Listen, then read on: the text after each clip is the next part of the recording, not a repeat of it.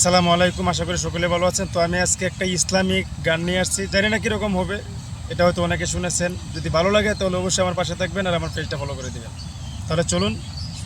মেহেরবান তুমি, মেহেরবান, মেহেরবান তুমি, মেহেরবান। আমি পাপী গুনাহগার, তুমি ছাড়া কে আছে আর?